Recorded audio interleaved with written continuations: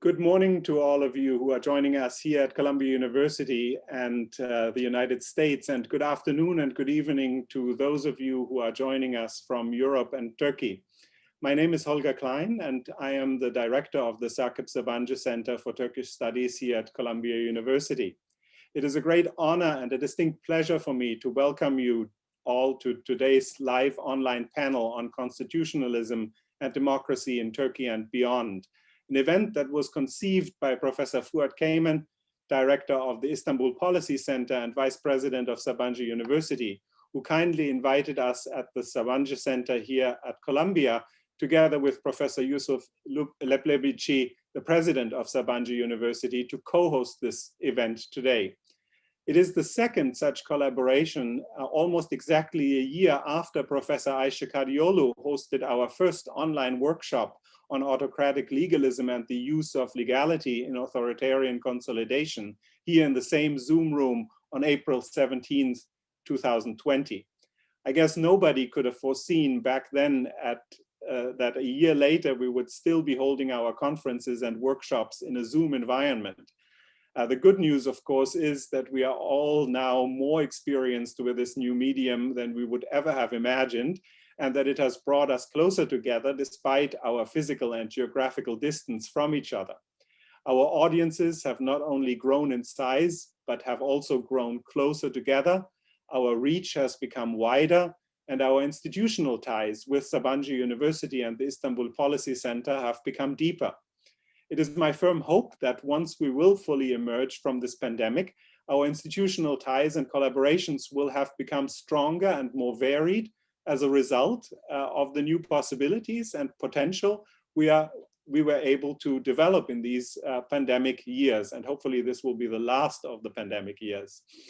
As the co-host and co-organizer of today's event, we at the Sakıp Sabancı Center for Turkish Studies are most grateful to Fuat Keyman for bringing together a wonderful panel of speakers that includes Professor Bertil Emrah Oder, Dean of Law at Koç University, and our own Dr. Tsveta Petrova, lecturer in political science here at Columbia University. They are joined by Fuat Keyman himself and Professor Senem Aydın-Düzgit, senior scholar and academic affairs coordinator at the Istanbul Policy Center, who has kindly taken on the moderation of today's event.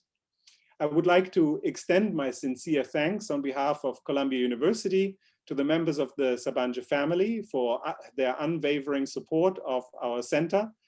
I would also like to acknowledge and thank the staff of the Istanbul Policy Center at Sabancı University and the Stiftung Mercator Initiative for their help in preparing this event. Last but not least, I would like to thank the staff of the Sakıp Sabancı Center here in New York, especially our program manager, Sharon Kim, for her work on the poster and for managing our Zoom setup. If today's event is a success, it is in no small part due to the tireless efforts of the staff members at both of our institutions. And it is now my great pleasure to hand the podium over to our dear colleague and president of Sabancı University, Professor Yusuf Leblebici, for his welcoming remarks. Yusuf, the podium is yours. Thank you so much, Holger. I would like to welcome everybody to this very interesting event that has been organized jointly by the Columbia University Sakıp Sabancı Center for Turkish Studies and by Istanbul Policy Center of Sabancı University. It is our great honor to have distinguished speakers as guests in this event today, and as Holger mentioned, this is the second such event, and in the future we would like to hold similar events, but hopefully in a face-to-face manner rather than in virtual domain only. But for now, we would like to go on with this mode, which we hope will be beneficial for all participants. Without further ado, I'd like to give the word to our moderator, Professor Senem Aydın-Düzgit.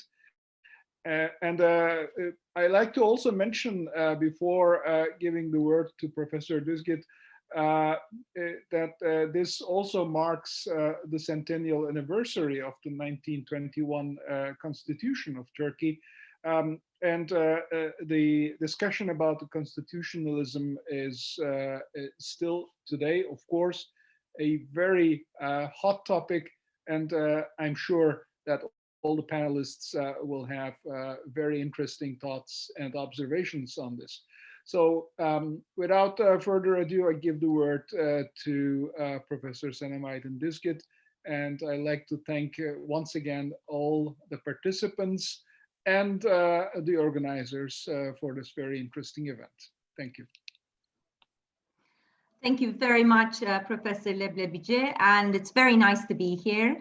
I've already been introduced by Holger, but my name is Senem Aydın-Düzgit. I'm a professor of international relations at Sabancı and also the academic affairs coordinator of the Istanbul Policy Center. And I will be moderating today's panel. Now, our panel is on constitutionalism and democracy in Turkey and beyond. And we think that this is an extremely pertinent topic, given that we're living in an era in which autocratization, as it's been expressed recently in the VDEM report, is turning viral, and it's happening globally. We see on the one hand, 68% or so of the world population now living in autocracies, and now, going through what is referred to as the third wave of autocratization. And on the other hand, we only have around 32 liberal democracies left, within which only 14% of the global population resides. So we are dealing with a severe threat of autocratization, autocracies at the global scale. Now, of course, when we look at the major decliners in the recent decade or so, we come across usual suspects, including Turkey, Poland, Hungary, as well as other larger democracies like Brazil and India as well. Now, today in this panel, we're going to be focusing particularly on Turkey, as well as on Central and Eastern Europe. Of course, more particularly the cases of Hungary and Poland. Poland, for instance, as the country which seems to decline the most during the last decade. When we look at all these countries, we see a significant regression of fundamental rights, but also serious problems with their judiciaries, media freedoms, freedoms of civil society. So these are all issue areas that we're going to be covering. And of course, the notion, the concept of constitution and constitutionalism seems to lie at the heart of these debates as well. And in dealing with that, we're going to be talking about the history of course, the constitutions and early constitutionalism in Turkey first, to also have a sense of where we came from, as well as the current issues, problems with constitutionalism or constitution making that are faced today in Turkey, but also elsewhere. Now, in doing that, of course, we're going to have our three speakers with us to be discussing these topics and many more. We're first going to start with Professor Bertil Emrah Oder, who is the Dean of Law Faculty at Koç University, and she'll be presenting her speech on the paths of constitutionalism in Turkey, democratic erosion and democratic revival. And then we're going to continue with Professor Fuat Keyman from Sabancı, who's the Vice President of Sabancı and Director of IPC, and he'll be presenting on Remembering the Past, a New and Democratic Constitution in Turkey. And last but not least, we're going to have Dr. Tsveta Petrova, who's lecturer in political science from Colombia, presenting on Democratization to Populism, Constitutional Crises in Contemporary Central Europe. So we're going to begin with Bertil Hocam. The floor is yours, please. Thank you so much. At first, I would like to extend my sincere thanks to Sabancı University, Istanbul Policy Center, and Columbia University for this very significant and timely event. The Turkish government introduced an action plan on human rights in late March, emphasizing the rule of law as an implementing reform package of previously announced judicial strategy. In this respect, the President Erdogan highlighted that the ultimate goal is to lay down the foundations of a new constitution to mark the Republic's centenary in 2023. The constitutional call coincided with the developments that perpetuate Turkey's constitutional backsliding, such as the withdrawal from the Council of Europe's Istanbul Convention on the prevention of violence against women and domestic violence, and the disclosure of the pro-Kurdish HDP before the Constitutional Court. Still, there are no positive improvements regarding politically significant cases, such as the case of the philanthropist Kavala. And in these type of relevant cases, the European Court of Human Rights applied the ulterior purpose doctrine for the detentions, referring to the silencing of dissents and dissuasive effect. According to the Platform for the Protection of Journalism and Safety of Journalists established under the Council of Europe, 92 journalists are under arrest right now, with the highest score in the Council of Europe countries. The parliamentary immunities of 2 deputies from the main opposition CHP and HDP have been removed, yet the government puts emphasis Turkey needs a new and civilian constitution of the people, not a tutelage regime. Here I quote, the new constitution's text, which will emerge with the widest possible consensus, will be submitted to the nation's approval according to the announcements of the representatives of the government. And shortly after the announcement of the Action Plan on Human Rights and Constitutional Code, the Democracy Report of the Vidam Institute has classified Turkey as one of the top 10 autocratizing countries and the 3rd democratic decliner after Poland and Hungary, on the ground of its recent scores in the Liberal Democracy Index and Electoral Democracy Index. However, Turkey has declined in the bottom of global rankings of the Liberal Democracy Index since 2014. At present, the regime type falls within the intermediate category of competitive non-democracy, namely an electoral autocracy, since the opposition can still contest by using democratic institutions. Under current circumstances, the electoral integrity has been secured mainly by a vigilant civic oversight, as observed in the Istanbul's repeated mayoral election in 2019. The main opposition's candidate won the election strikingly by causing a heavy loss for AK Party after its 25 years of the rule in Turkey's biggest city. As an incremental form of autocratization with popular support, Turkey's current democratic erosion occurred under the AK Party's hegemonic government that has held power for almost 2 decades. In contrast with a rapid and complete collapse of democracy by military interventions in 1960 and 1980, the current one represents a slow degradation, and it marks backslidings, particularly regarding the freedom of expression, shrinkage of the civic space, and dysfunctional and subservient judiciary. Although Turkey passed through autocratic cycles in formal ruptures and have never been categorized as a liberal constitutional democracy, the current erosion has come after a period of democratic consolidation. Notably, the AK Party government between 2001 and 2010 provided a democratization wave in Turkey. The constitutional amendments, various statutory reforms, action plans for policy implementation of human rights, and particularly the liberal democratic institutionalization, including the ombudsperson, human rights councils, national human rights institution, and totally new progressive legislation in criminal and civil matters, as well as the legislation on media and press, were introduced under the leadership of the AK Party. As a political project, the AK Party's ownership for democratization and Europeanization received full public support, and the AK Party broke the record of winning the most votes of Turkey's electoral history in 2011 by approximately 49%. Here, the constitutional amendments in 2004 and in 2010 seemed to serve a leverage of public trust for the AK Party policies and Turkey's constitutional imagination.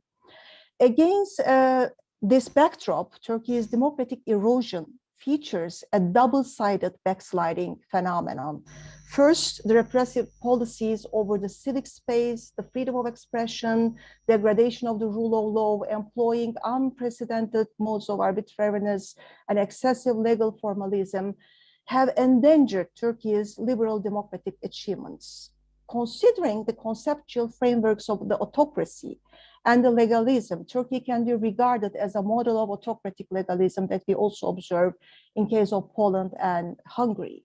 And still, this model is a rather complex and paradoxical. It sustains the depictions of authoritarianism from previous constitutional cycles and blends them with current arbitrariness practices.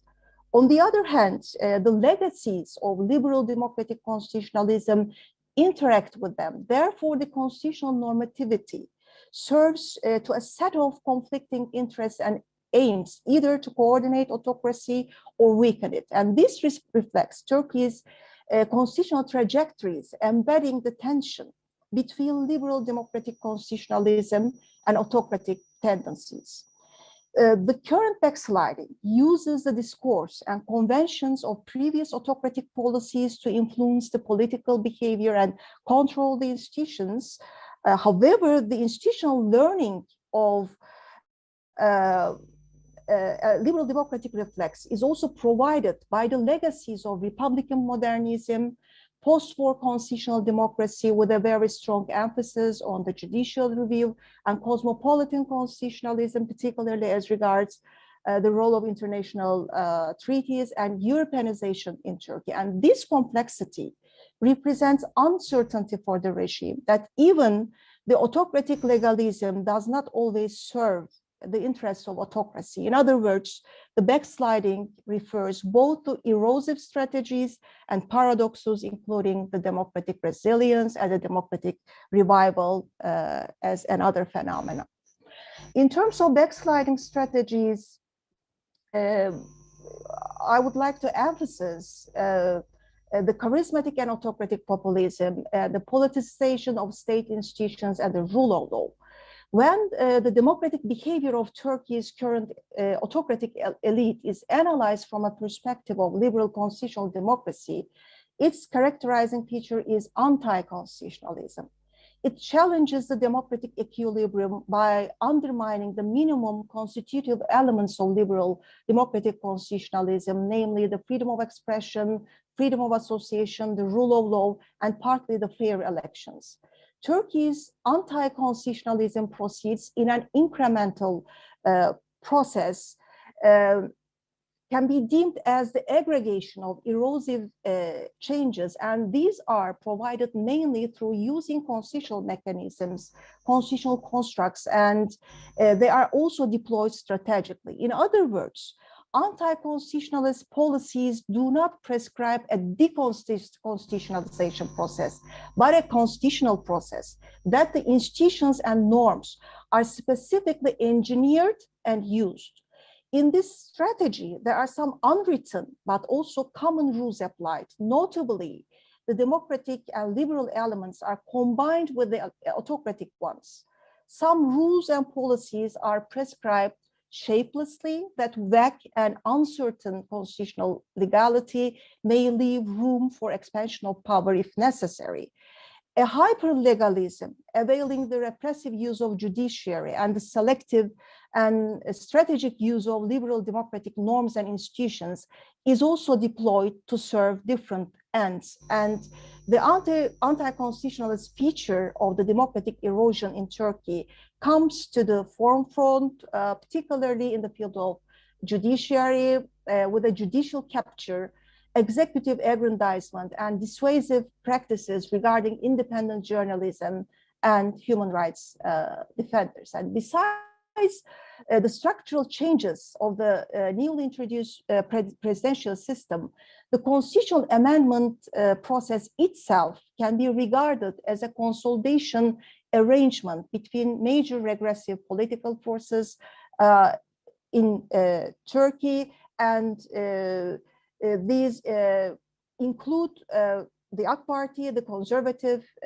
nationalist bloc. And Turkey's withdrawal from the Istanbul Convention is also a recent example of the AK Party's regressive practices to expand its coalition with the Reuters social conservatives base.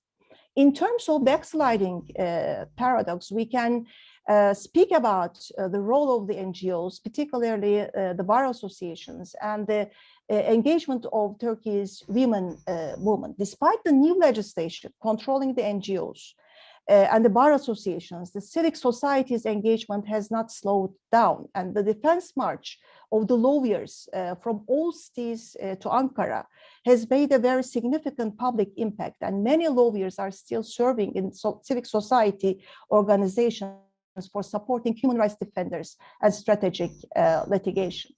The independent women NGOs has been another strength of Turkey's democratic capacity. As a matter of democratic resilience and democratic revival, the women's movement resistance against the gender backlash policies of autocratization deserves special attention. Despite difficulties arising from the regulatory framework, tight governmental control, including the use of force during demonstrations and the lack of resources, the independent women NGOs represent the most vivid and engaged part of the civic society against democratic erosion. And gender equality, consequently, is one of the most enduring principles of Turkey's constitutionalism that has assertive democratic ownership. The women NGOs are the only part of the civic society that regularly rise in massive demonstrations, bringing hundreds of thousands to the public sphere.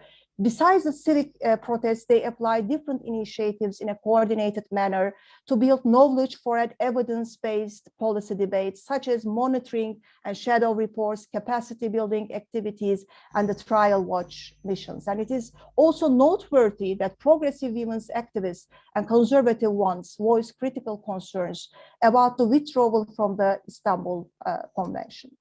From an institutional perspective, the backsliding paradox can be also tested regarding the Constitutional Court's performance.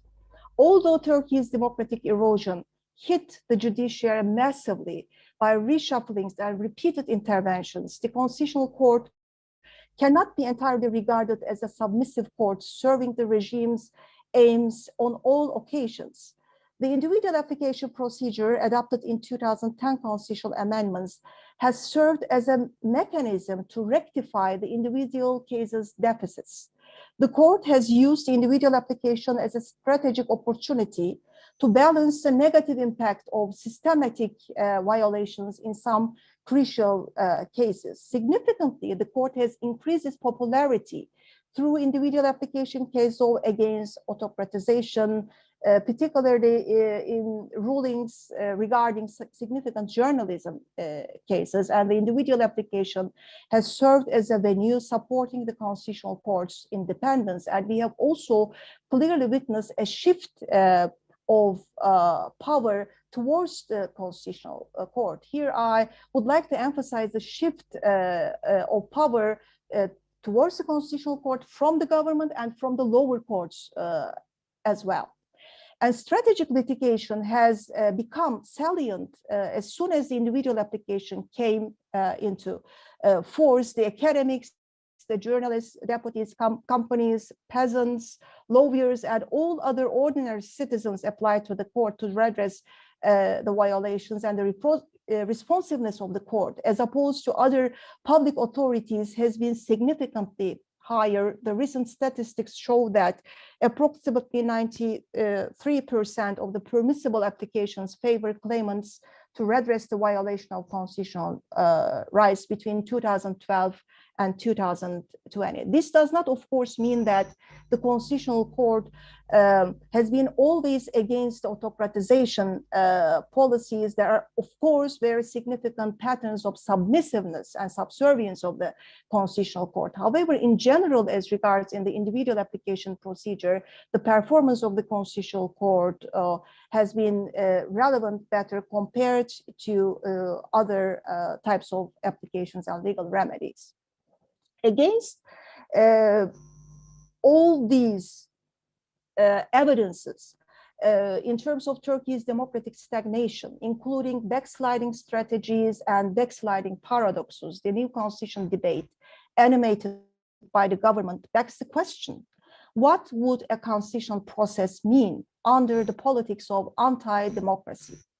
Such a constitutional engagement under the pressure of regressive and repressive policies differs from a democratic constitutional process. It may appeal primarily to the ruling elite's inter-party organization by keeping it mobilized and committed to a significant political project. It may also attract voter space by occupying the political agenda.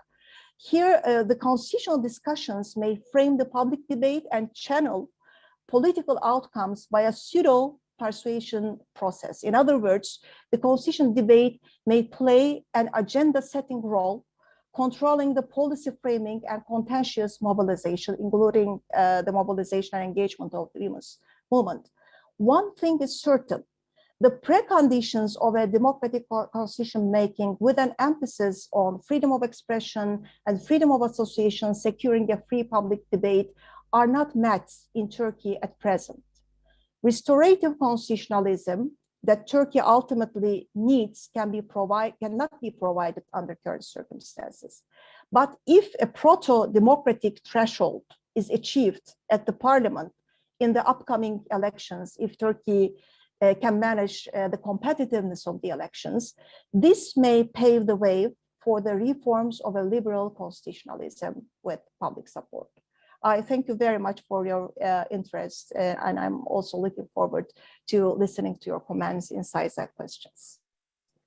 Thank you very much, Professor Oder. I think this was an excellent start to the debate, also in showing not just the difficulties and hurdles on the path to a democratic constitution in Turkey, but also in terms of pointing out at the resilience and complexity of Turkish politics and society as well, and basically to show where the cracks are in any prospects for change. So thank you very much for that. Now, before I move on to Professor Keyman, just a brief note to all the attendees. If you have any questions to the participants, to the floor, you can always use the Q&A tool on the screen, and I will try to group the questions and direct them to the presenters at the end of their presentations. Now, of course, when we talk about constitution making or the prospect of a liberal and democratic constitution in Turkey, automatically we're entering into the debates about the approaching centennial of the Republic. And we know that this is also mentioned a lot by the governing party as well, the need for a civilian constitution to mark the centennial of the Republic. But obviously, when we talk about the symbolism of that, that obviously takes us back to the early Republic and to the early constitutions and the way in which those constitutions were made, and whether or not we can draw any lessons from that as well, from Turkey's own particular history to that effect. And for that, of course, I turn to Professor Keyman, who I'm sure will enlighten us on this matter. The floor is yours. Thank you, Senem. I would like to begin by thanking our friends in Columbia University, Holger and Sharon, for organizing this and accepting this idea. As Professor Oder said, you know, we are actually experiencing an interesting moment this year.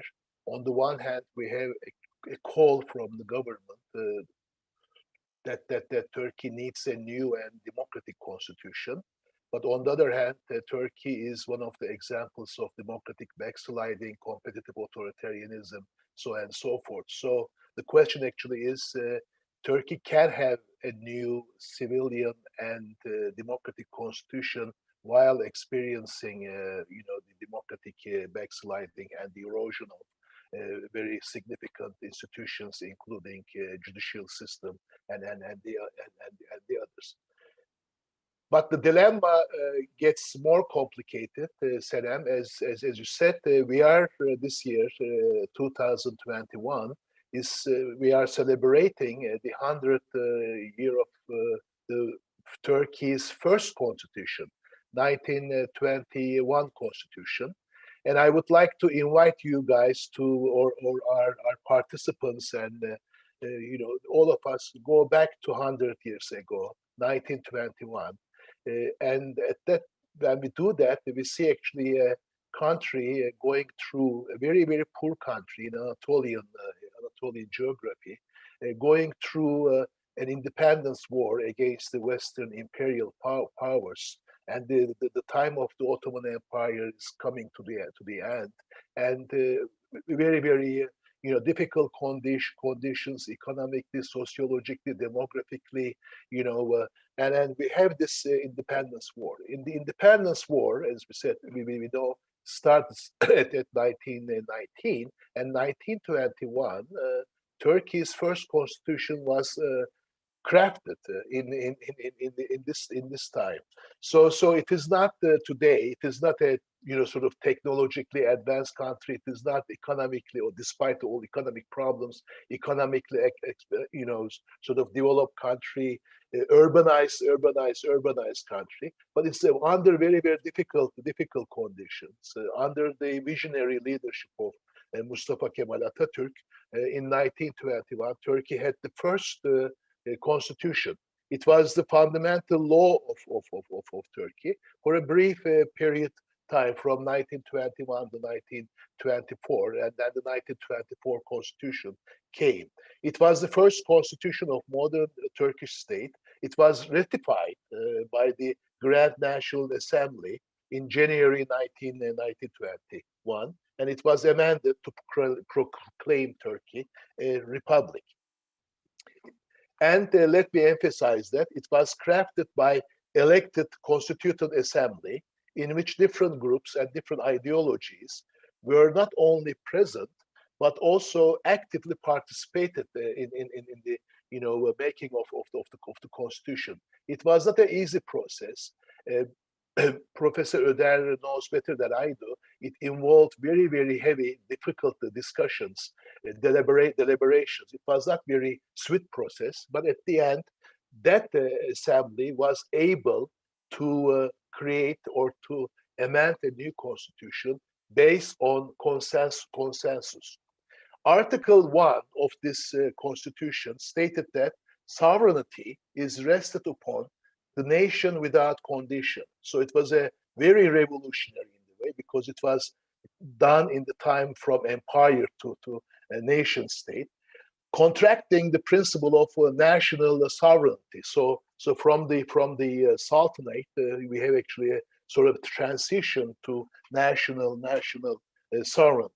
It was a simple document consisting of 23 articles, short articles. 9 of them was laying out the principles upon which the state would be founded. So it was they had to do with the governing principles of the new Turkey. Other 14 articles, interestingly, had to do with the local governance. As a matter of fact, in a very, very rural society, very, very poor society, the constitution envisioned a Turkey unfolding as an urban society. According to Bülent Taner, one of the most significant constitutional professors of Turkey, late Bülent Taner, 1921 constitution with all these principles was the only democratic constitution of Turkey's and Ottoman's 170 years old constitutional history. According to Ergun Özbudun, another important constitutional law professor, it was if I refer to Hannah Arendt, the constituted text for the new republic. It was revolutionary, it was democratic, it was constitutive, but at the same time, it was crafted in the elected assembly, and it was made on the basis of a consensus among different groups and different ideologies. The reason why I'm bringing the importance and the brief, sort of expose of the content of the 1921 Constitution to the participants of this webinar is that 100 years later, if Turkey is going to have a new and democratic constitution, I think in 1921, 1924, that constitution should be a benchmark for the new debates on or the new new constitution process, making process, more process in Turkey. 100 years later, I think if we are going to have a new and democratic constitution, we always remember the importance of the 1921 constitution, and the attempt should be aimed to go beyond the 1921 constitution. If that is possible, going back to a very accurate description of Turkey right now by Professor Oder, it is unlikely. It is unlikely that Turkey is going to go beyond the 1921 constitution. But what we have to remember that's why I actually called my presentation's first title, the first part is the remembering the past. We should remember the past because it also indicates that Turkey has the potential, historically, sociologically, intellectually, and politically, to make a new and democratic constitution. But it is unlikely if it is actually done by the way in which the new proposal implies. But let me actually into 2020's Turkey. Let's ask these questions. Does Turkey need a new and democratic constitution? Yes, definitely Turkey needs a new constitution because without that it is impossible to get Turkey out of this backsliding problem or all these ambiguities. Should this new constitution, democratic constitution, made on the base of consensual politics? Yes, actually, it should be based on consensus. Thirdly, if we are going to have a new and democratic constitution, should that involve in the civil society participation and civil society deliberation? Yes, actually, definitely. Referring to Bruce Ackerman's 1, 2, and the third stages of constitution making, the first stage of constitution making should be based on civil society participation and deliberation before the crafting of the constitution. But the key question is, can Turkey, as it is, make this? Of course, unfortunately, the answer is unlikely. Unlikely because of all of the actual problems that the professor there talked about. But if I actually put all of these problems together with reference to two general problems, first of all, Turkey is confronted by severe polarization, sort of promoted, advocated, and pushed by the political elite in the name of winning elections. So in this sense, we are talking about the possibility of new constitution in a very divided, severely polarized society. That actually means that Turkey definitely needs a new constitution to overcome severe polarization, but we have to have a different mindsetting, different approach to new constitution by remembering the past the 1921 constitution. The secondly, last 5 years, Turkish parliamentary democratic system has been going through a transformation. A radical shift occurred from a parliamentary democratic system to a kind of presidential system. But that presidential system is based on the fusion of power power in executive over the other branches of the state, and a very top-down governance of society. The existing call for new and democratic constitution comes from the government, who is going to push the fortification, consolidation of this kind of system in the new constitution. But that is from the beginning criticized and also rejected by the opposition parties, opposition groups, civil society organizations, and there are very significant calls, societal calls right now for what is called the strengthened parliamentary democracy, returning to strengthened parliamentary democracy. So in this sense, if we are going to have a new and democratic constitution, we have to also discuss very seriously and through societal deliberation to what extent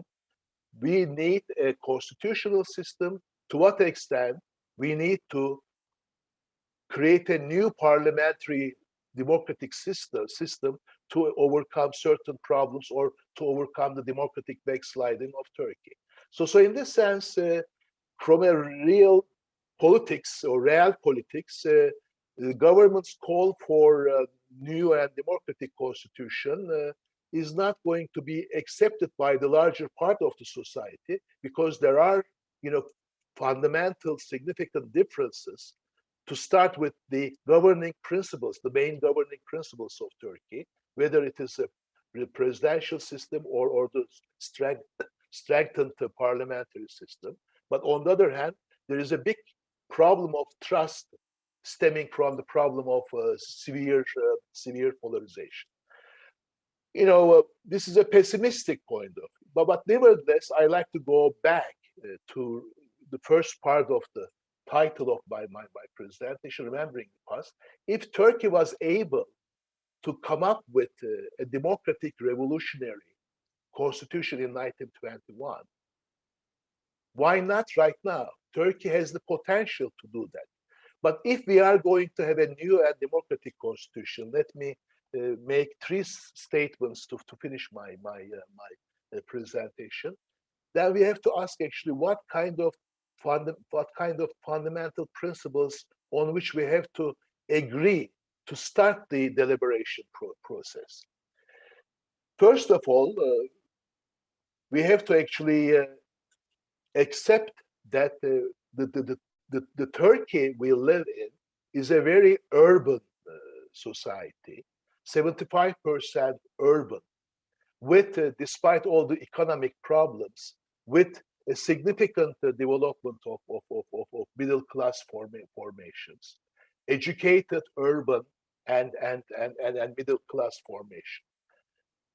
This strata, not from secular identities, but also the other kind of identity, conservative, Kurdish, and others, all of the public opinion surveys indicate that the middle educated urban classes in Turkey, going through the recent elections from the referendum, constitutional referendum 2016, 17 to 2019, 2020 local elections and the other elections, this strata wants a plural, democratic Turkey with trust, with a strengthened culture of living together.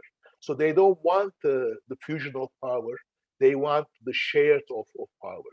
They don't want the extreme power of executive branch. They want the independence of the judiciary. They don't want the majority of or hegemony of one identity. They want living together within diversity. So in this sense, I think the new and democratic constitution of Turkey should recognize the sociology and demography of Turkey, which wants actually much more stability, trust, and living together based on the principles of human rights, freedom of expression, and democracy. Secondly, one of the big problems right now with Turkey, in addition to democracy, is the governance, the existing presidential governance of Turkey, which has created a very significant erosion of institutions and separation of power in Turkey. As a matter of fact, what I'm trying to say is that the new presidential system, a kind of presidential system that is governing Turkey, does not like what we call checks and balances. So in this sense, they want to operate without reference to checks and balances.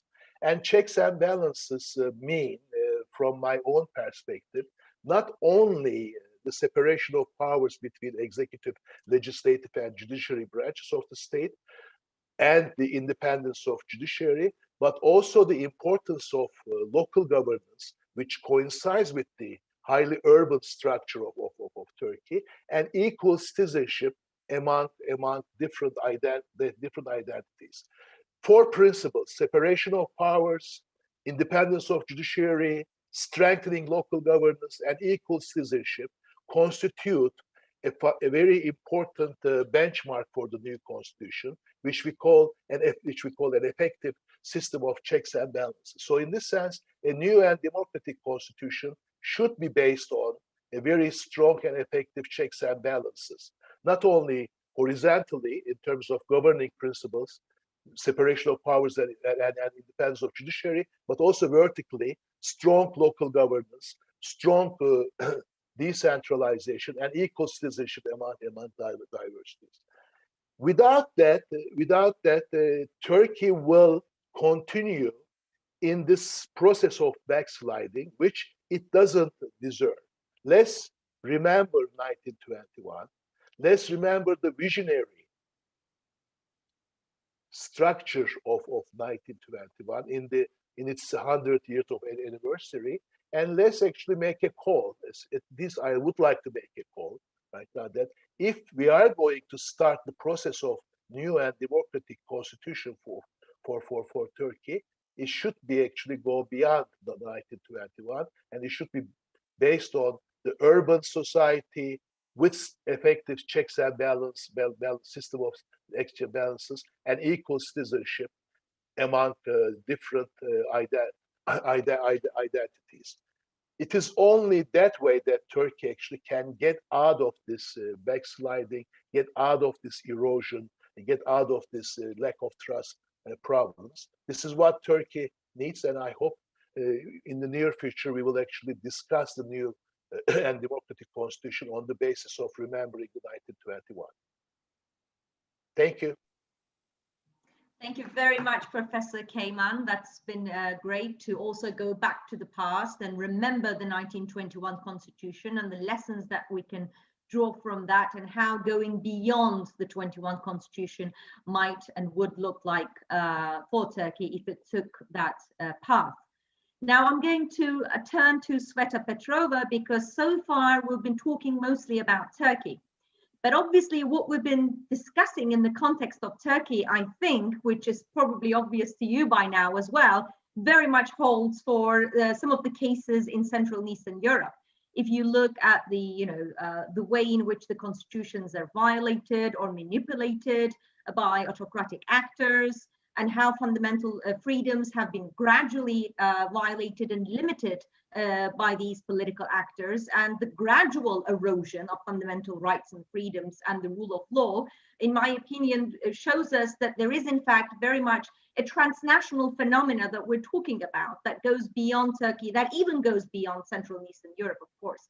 But if we'd have to zoom in on the case of Central and Eastern Europe, since it seems to be the topic or the subject of democratic erosion in the context of Europe and the European Union as well, what would you have to tell us about this? Thank you. Thank you so much for inviting me to think about the constitutional crisis in Central and Eastern Europe in this broader comparative context. And in a way, I pick up very much where Professor Keyman ended.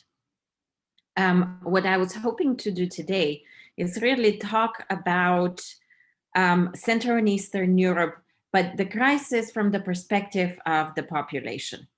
And the question that I want to pose is, why is it that the public in Central and Eastern Europe is supporting the constitutional rollback, the democratic rollback in the region? And I hope to argue that this public acceptance is based on a desire for total sovereignty for the party representing the will of the nation, which is embedded in a broader rejection of the transition of the democratization process. Let me start first by describing a flashpoint in this constitutional crisis, which in Hungary began in 2010 with the election of the Fidesz party, the center-right Fidesz party, which has over time drifted further to the right. And in Poland, it began in the mid-2010s with the election of the right Law and Justice Party. In Hungary, Fidesz quickly set about using its then two-thirds supermajority to change the constitution. And the first strike was that it raised the number of justices on the Constitutional Court and then appointed its own. And then it started lowering the retirement age for judges and prosecutors, thus freeing up spots for Fidesz loyalists. And the latest estimates I saw is that Fidesz has, over the last decade, managed to appoint 400 of its own lawyers in various posts in the judiciary. And then Fidesz set up a national judiciary office, which is run by the wife of a very close associate of the leader of the Fidesz party, Viktor Orban. And that office then can veto judicial appointments and influence which judges hold cases. So even by the mid-2010s, Fidesz enjoyed control over prosecutors' offices, the Constitutional Court, and the highest courts of appeal. Subsequently, Fidesz managed to push a new constitution, which violated some rights and freedoms. And despite that it was contested, even though it was contested, Fidesz managed to push it through. In 2018, there was a new strike again, this time against in the form of a new code of procedure, which gave courts powers to reject civil filings very easily. And then the government went further and is now in the process of creating of a new system of administrative courts in which the judiciary ministry would have direct influence. And these courts would handle, among other things, disputes over the media and elections in areas where regular courts could rule against the government, but likely will not be able to do so in the future. The Council of Europe, specifically the Venice Commission, has investigated that without much success. Now, turning to Poland, we see a very similar line of attack against checks and balances in the country. And that started in 2015 when Law and Justice managed to have its presidential candidate win the election. And the minute he did, what he did is that he refused to swear in some of the appointees, the judiciary nominated to the Constitutional Tribunal. And this new president waited until Law and Justice took office in the fall of the same year and elected its own replacements to the Constitutional Tribunal. There was a lot of back and forth within the judicial system and in streets where we've seen mass protests. And in the end, Law and Justice managed to pass a series of laws through which both the Sejm and the Senate compelled the Constitutional Tribunal to allow the new Law and Justice judges to hear cases.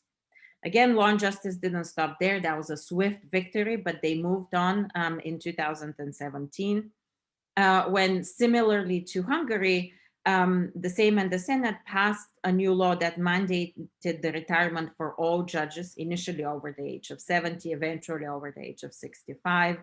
And in a similar way to Hungary, they started packing courts, giving significant control of the government over judges and their livelihoods. And then in the latest conflict in 2019, the Sejm voted to allow the disciplinary chamber of the Supreme Court of Poland to remove judges which were deemed to be taking part in what is considered or what could be suspected or alleged to be political activity. So as a result of this, the government has de facto control of the entire Polish judicial arm of the state. And this law also gave the government greater control over the appointments to the position of the head judge of the Supreme Court of Poland. So this, similarly to the Hungarian case, the EU has objected in a historic decision. The European Court of Justice ruled against Poland, ordering it to suspend some of these laws which interfere with the independence of the judiciary, but these rulings have been largely ignored. So what I wanted to ask and think about today is this set of crises, which is embedded in a broader autocratization push, in a broader democratic rollback in both Poland and the region, where we see concerted attempts by governments, center-right governments in power, to undermine judicial and media independence, and to also constrain certain expressions of civil and political activism. And again, these are some of these are trends that we heard about discussed in Poland, in Turkey as well. So taking this democratic rollback, what is interesting is that these governments have, despite that, managed to win consecutive elections. And what I would like to understand is why. Why is it that the public continues to support these parties that are going against what was broadly defined as a national agenda for these countries over the last 25 years? So I want to look at the popular sentiments on this. And I'm thinking about these developments in this broader wave of autocratization around the world, which is currently within the master frame of populism. And in this literature on global populism, if we think about the public or the demand side, there are broadly three types of explanations of why publics support populist leaders and their movements. And they're all based on a perceived set of insecurities. Some of those speak of an ontological security, or those would be activated authoritarians, individuals that have psychological disposition to favor order and hierarchy, but in this political context feel threatened and demand rulers who will institute law and order in the country. An alternative explanation speaks to a set of economic insecurities, which are broadly a class of arguments about those who are left behind economically and who are looking for redress, who are looking for protection from the states. And then finally, there are those who put forward explanations that speak to a cultural insecurity, where populist movements are really mobilizing those who are reacting against progressive, socially, but also economically progressive world value changes. Of course, these are broader explanations that have their distinct social construction within the post-communist space. And in the literature on Eastern Europe, what we see instead are variants of these arguments, but that are centered on the post-communist transitions that began in the region in 1989. And so some of these explanations speak to the chaos and frequent reform and change of the democratization process, which has compelled some to, again, demand stability and order and certain social hierarchy. Alternatively, others look at the losers of these democratization changes, especially in socioeconomic terms. And here we oftentimes hear similar cleavages between urban, more transnational, open, international, globalized elites versus more rural, conservative areas that are considered the losers of the election process in the region. And finally, there is a different version of this losers and winners of the transition argument, which looks at the cultural wars instead, between national conservatives wanting to protect the nation on the one hand and pro-European liberals on the other hand. So I take these three sets of insecurities in work that I have done together with my co-author, Maria Sneguvaya, who is a postdoc at Virginia Tech. And what we do with those is we look at the European Social Survey, focusing on Poland and Hungary in the time period between 2004 and 2018. And we look at the attitudes that citizens have expressed in that survey. And for each type of insecurity, we collected a set of questions that would speak to that type of insecurity. So here you can see how we have operationalized economic, ontological, and cultural security, very much speaking to some of these arguments that are articulated for Eastern Europe and in the broader literature on globalism, global populism. So we took these questions, and the first thing that we did is to run a principal axis factoring, because we expected that many of these attitudes would naturally cluster together, and we wanted to see what that clustering is. And in a way consistent with our expectations, we see some of these insecurities defined through the factors that were EODed in our analysis. And we see three sets of factors as important. The first one we call a domestic transition referendum, where the root of this factor is really economic insecurity, because you see state of health services, education, satisfaction with the present state of the economy in the country play key role. But what's also interesting is that we see some political variables in here as well. So satisfaction with the state of democracy in the country and trust in the country and the European Parliament are also factored in. And to us, that makes a lot of sense, because the transition away from communism was really a transition that's both political and economic at the same time. And it was really defined in the region as a transition to market democracy. So it's the domestic transition that the first factor is capturing. The second one maps really neatly on what we've called ontological insecurity, or this demand for law, order, and social hierarchy. And then the third factor is also interested in specific, distinctive to the region, where which we've defined as international transition referendum, because here we see some of the cultural insecurity variables, such as trust in the United Nations, the European Parliament, in the country's parliament, as well as some of the socially progressive values, such as support for various lifestyles and multiculturalism. But here again, you will notice that support for democracy and the socially progressive values are bundled together, because of course the transition in Eastern Europe was one of domestic change as well as opening to the broader international system, which allowed the Euro-Atlantic values to play significant influence. Okay, moving on very quickly, we looked at share of vote for the party, as well as whether the party was incumbency, and we implemented a set of traditional controls. And then what we did is we looked at the factors that drive support for populists while they were in opposition, and compared to support for populists when they're already in government. And what you will see here is that perhaps the most robust driver of support for populism is the domestic transition referendum, or these variables that are rooted in the economic insecurity and support for democracy. And so these who perceive the political economy of their country as unsatisfactory tend to vote for populists. And we see that both in Hungary and in Poland. The second factor that is important in driving support for populists while they're in opposition is cultural insecurity, or this resistance to some of the liberal values that the West is promoting in the post-Cold War space.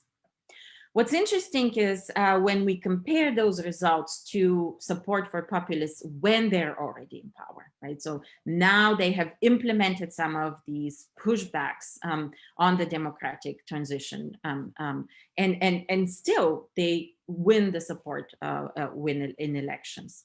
And again, here, the most robust driver is economic insecurity, or the domestic transition referendum. But interestingly, the sign of this factor has reversed. And what that tells us that while some people rejected the transition when populists were in opposition, they are supportive of that transition now that populists are in power. Again, we see some significance of the international transition or cultural insecurity. And interestingly, now the ontological insecurity, or this desire for law and order, becomes important as these parties use the resources of the state to create a sense of disorder and demand for their protection. Okay, in trying to wrap up, what are the conclusions that we've drawn?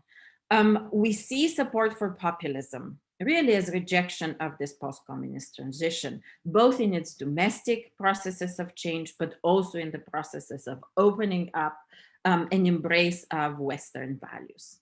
And so bringing us, thinking back to the question of constitutional crisis, what this tells us is that there is a significant share of the electorate that believes that there must not and cannot be checks on the will of the nation. So I'll stop here. And again, thank you so much for allowing me to think about Hungary and Poland in the context of the changes and developments in Turkey as well. Okay, thank you so much, Professor Petrova. I think that was excellent in sort of gouging the popular perceptions and the popular and societal roots of support for populists in government and in opposition. And I think, and I'm sure that, many of those arguments also resonate with Turkey observers as well, in sense of, the sort of cultural insecurity, the ontological insecurity, but also, of course, the economics issue. But of course, much still remains to be researched. Now, there have been questions that have been coming in, and I've been trying to group them. So if you allow me, we have roughly around, just about 20 minutes or so. So I'm going to try and group them and direct them to each participant, but in case you'd like to respond to a question that I directed to another participant, please feel free to chip in and comment on that as well. I think we can move in the order of the speakers, so I think I'm going to start with Professor Oder first. Now, Professor Oder, there was a question directly posed to you by Okan Tan. And the question is that, can we trace the process of constitutional backsliding in Turkey to the constitutional revisions made in 2007 and 2010?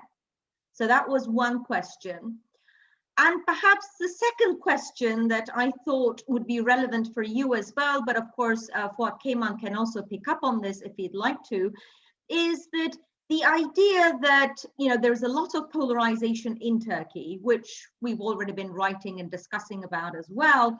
And even if we assume that a democratic constitution is established, what would happen if a certain branch of government ignores and disobeys it? Basically, what do we need to do to ensure that we don't have a situation once again where Turkish democracy fails to protect itself? So that was a question posed by Ege Erdoğan. So I think we can begin with you. Please go ahead. Okay, thank you so much for this very significant and insightful questions. The 2010 constitutional amendments have introduced very significant changes regarding the Constitutional Court and the Council of Judges and Prosecutors, because those amendments actually reshuffled the Constitutional Court, expanded the bench, and in terms of Council of Judges and Prosecutors, there was a new procedure for the composition.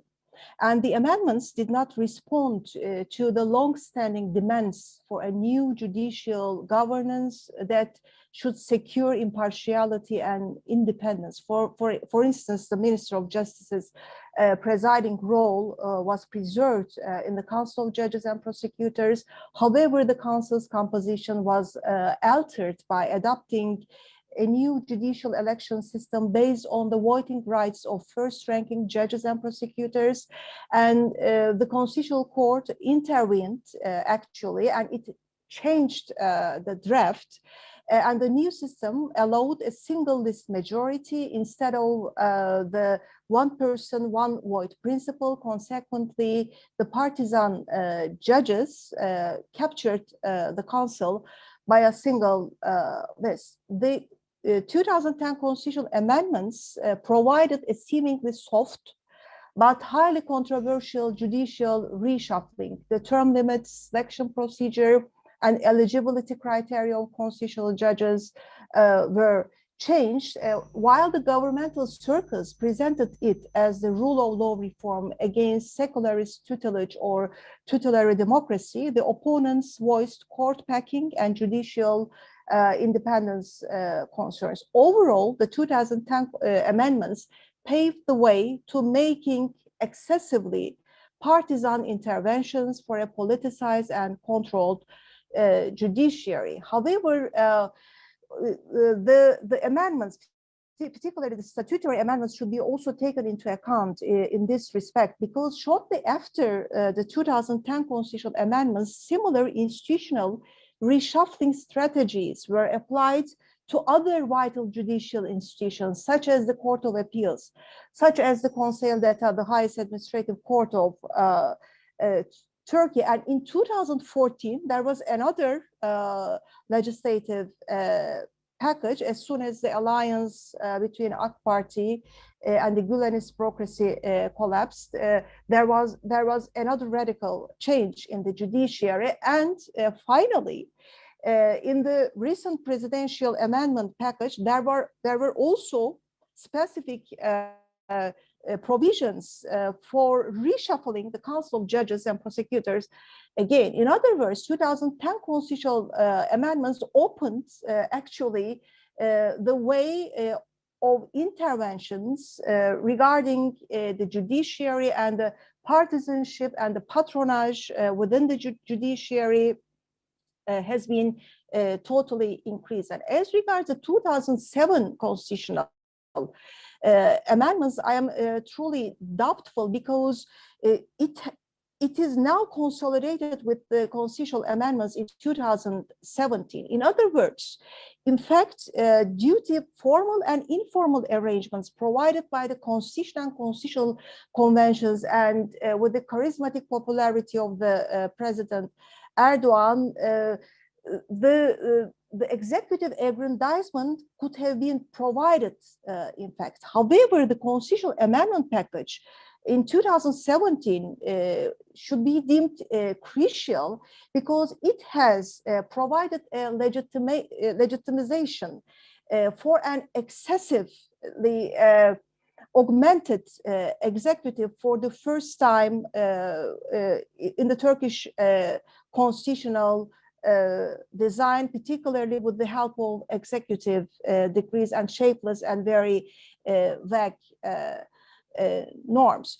And the second question, as regards the democratic feature of Turkey, or the constitutional feature of Turkey, polarization and other issues, or the protection of Turkish constitutional democracy, I personally think that the democratic ownership and the civic vigilance are crucial factors. However, if Turkey takes the way of making a new constitution in democratic terms as regards the process and as regards the content, we should also think about a new type of institutionalization. The post-war constitutionalism in Turkey has adopted significant institutions, particularly the Constitutional Court, and put emphasis on the judicial review as a crucial element of checks of balances for a constitutional democracy. However, the other institutions, and particularly political institutions, are quite significant, and we should also take into account the role of intermediaries in a constitutional democracy. As regards the political institutions, first, the political parties, and second, the parliament itself should be enhanced in terms of democratic ownership, in terms of democratic practices. And the intermediaries, again, the political agents, the internal structure of the political parties, and the owners of constitutional democracy, such as the journalists, such as the associations, the human rights defenders, the bar associations, and all those civic institutions and their statutory legislation should be enhanced for a very meaningful ownership. And in this respect, opening the ways of legal remedies and an inclusive decision-making model, not only as regards the constitution-making process, but also as regards the legislative process, should be taken into account. And besides the institutional channels, Turkey should also take into account semi-institutional channels, or or the inclusion of the civic society in the decision-making process, not only at the national level, but also at the local level should be taken into account. In general, I would also support a constitutional project endorsing the capacities of the local government, particularly as regards the metropolitan cities. The role of cities, and particularly the metropolitan cities, should be deemed crucial for the future of constitutional democracy, not only in Turkey, but globally. Thank you so much. Thank you very much, Professor Oder, for these clarifications. And I'm now going to turn to Professor Keyman. There are many questions for Professor Keyman, so I'll try to summarize them, Hocam.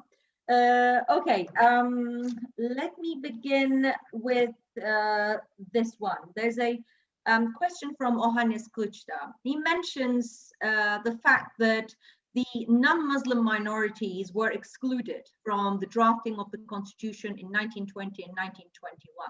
And he's just asking whether or not that signifies a certain malaise, from within the Turkish political system, which we suffer today, and whether that should also be a lesson or a symptom of a problem that we have to keep in mind. So that's one question that relates to the 1921 constitution.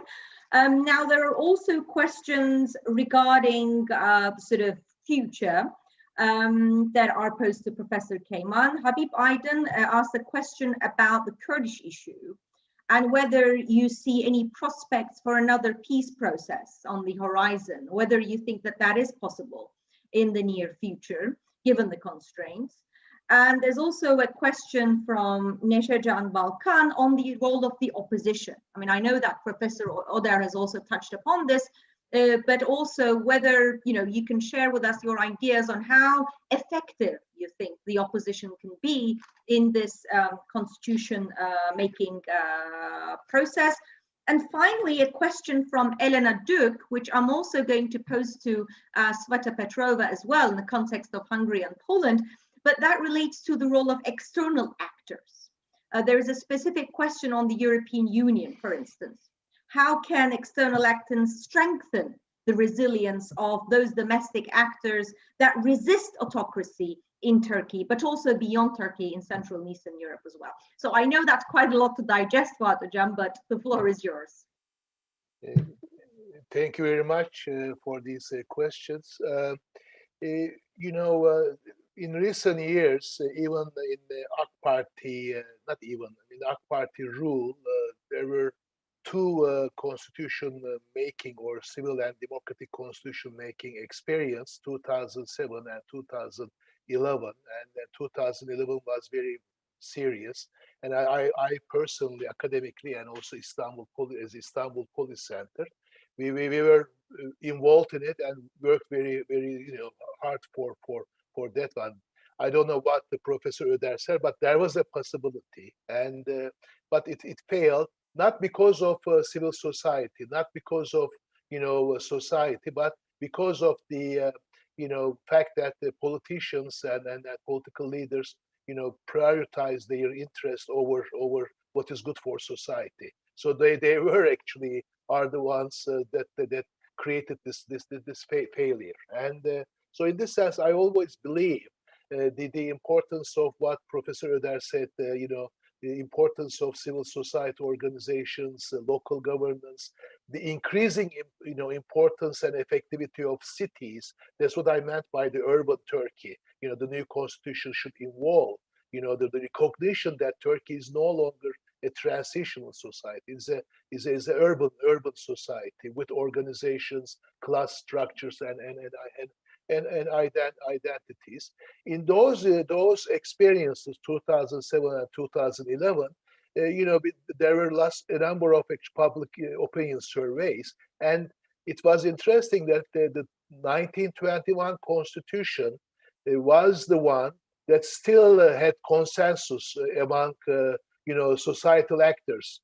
Kurdish people, non-Muslim minorities, Alawite, Yad, LGBT, all of them actually paid attention to the 1921 constitution and saw 1921 constitution much much democratic, much conducive to a better and democratic and liberal plural constitution for Turkey than the others. So in this sense, I agree with my friend's question about the non-Muslim minorities, but nevertheless, actually, if we are going to have a constitution that is going to be inclusive, not only democratic but inclusive, and then creating a sort of a culture of living together within diversity based on equal citizenship, then I think we have an experience of 1921 or 1924.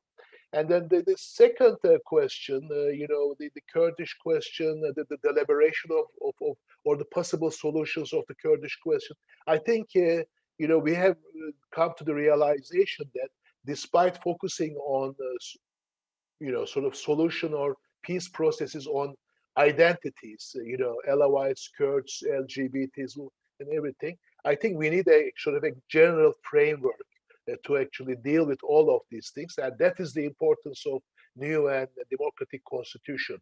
And I think we have to agree with this new constitution as a modus vivendi, as a foundation for dealing with the problems of each identities. And as a matter of fact, I was working in the peace process as one of the members of the Wise People Commission. It was a lost opportunity, but it was no support from the government and the PK, the other actors, but also it had no actually sort of a constitutional foundation to deal with, with it, not only based on the Kurdish question, but the other, problems and of the other identities and their problems.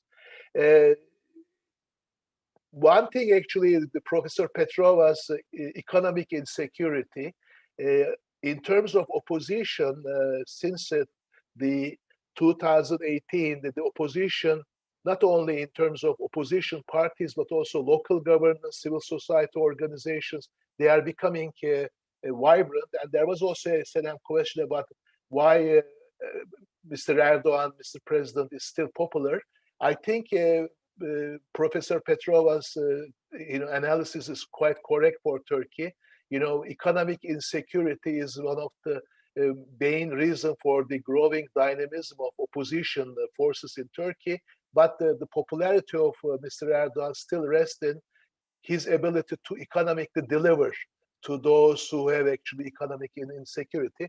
But nevertheless, the existing government and Mr. Erdogan is no longer able to deliver as much as he used to before 2018. I think 2018 economic crisis is a kind of a threshold in Turkey. And I think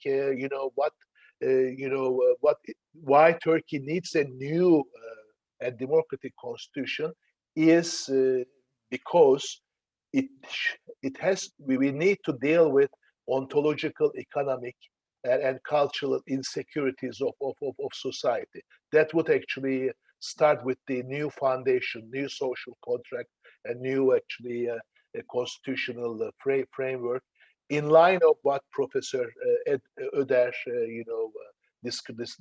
described. I fully agree with her. And let me actually stop here, Senem. I hope I answered the questions. If there is any question left, but I have taken notes, but that's okay. Thank you very much. Thanks very much, Professor Keyman.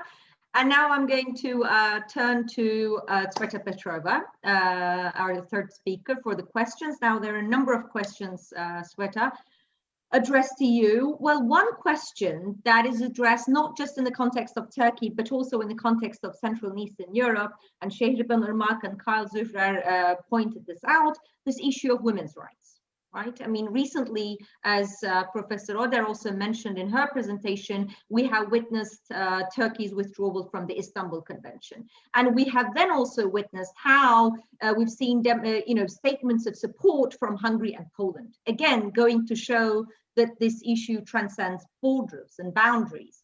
Now, how would you read this? The fact that this women's rights, LGBT plus rights, they seem to be a major bone of contention in all these three settings. So I'd like to hear your views on that. There's also another question regarding this notion of ontological security or insecurity, which you've brought up. And the question is whether you see a possibility for bridging ontological security with emotions in the case of Poland and Hungary. This is posed by Arman Ermihan. And finally, a comment and a question by our very own Professor Ayşe Kadıoğlu from Sabancı University. She states that when constitutions are not framed on the basis of universal democratic principles, such as the ones laid out by the Venice Commission, they can be used in authoritarian consolidation, which seems to be the case in Turkey. Could you say that there exists such a constitution in Poland? If that is the case, then how can we understand the citizens' demonstrations in defense of the constitution in 2018 in acts of constitutional patriotism? So, Tsveta, the floor is yours. Thank you. Let me start with the question that you posed on the role of external actors, because I think it's an interesting and important one, and it's really tricky. I think in a way, we've seen a lot of pushback, especially recently by the EU and its various institutions and then leaders. But in a way, it's been a delayed set of sanctions. And because of that, we are also seeing that they're backfiring. The EU seems to have lost its normative power and its ability to shape outcomes in Central Europe. And that's in part because it acted too late and it acted perhaps too weakly. The time for pushback was in the early 2010s when we saw the first attempts, but when the EU hesitated. And so what could the EU do now? I think, if you believe our analysis, this idea of economic insecurity or a pushback on the transition, especially in the domestic, but also the international dimension, is in a way, it speaks to the fact that the citizens in the region are evaluating their regime, the democracy at home, in terms of its performance, in terms of its output legitimacy. And if we follow that logic, what the EU could really do is deliver for the citizens in Central Europe. We saw a lot of disappointment with the EU in the wake of the 2008 global financial crisis and the aftermath of the migrant crisis in Europe. And those are major challenges that the EU, you could argue, mishandled. And so seeing the EU rise up now in the management of the pandemic would be a welcome development, but it's still TBD.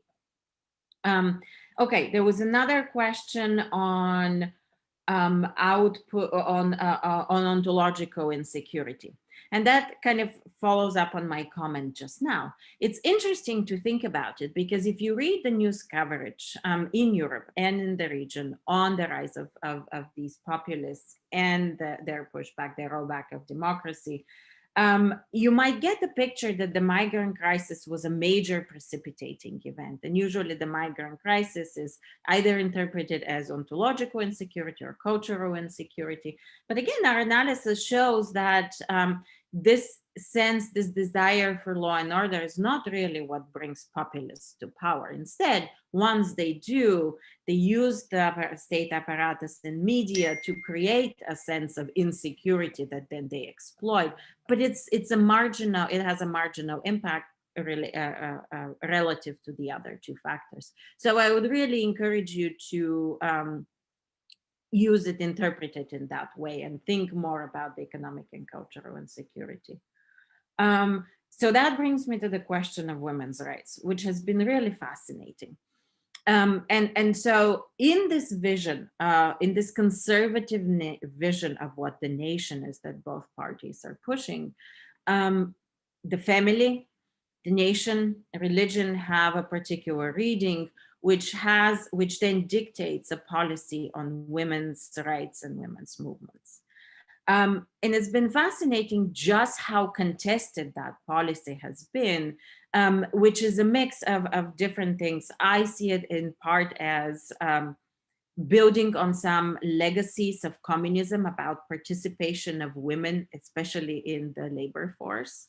But that's also coupled with paternalistic cultures that are now revived through religious movements and the rise of religious mobilization and civic organizing in the region. And so the two are coming in clash. And it's interesting that in Hungary, we see a cultural push against women's rights, but a toleration and acceptance and even encouragement of women's participation in the economy. And we see something similar in Poland, but with a lot more emphasis on cultural and socially regressive measures. And it's been on women's rights that the government has had to take back some of its actions. So to me, that's one of the interesting forefronts of contention between populists and their opposition. And I believe with that, I answered all of your questions, or at least I hope I did. Okay, thank you so much, Tsveta. It was wonderful to listen to you too. And I think we are now approaching the end of our panel and also the end of our event. There was a question as to whether or not there'll be recording of the event. Yes, there will be. And that recording will be distributed very soon. But for the closing comments, I would like to invite back Mr. Holger Klein from the European Institute at Columbia. Thank yes, you Professor very much, Klein. Senem.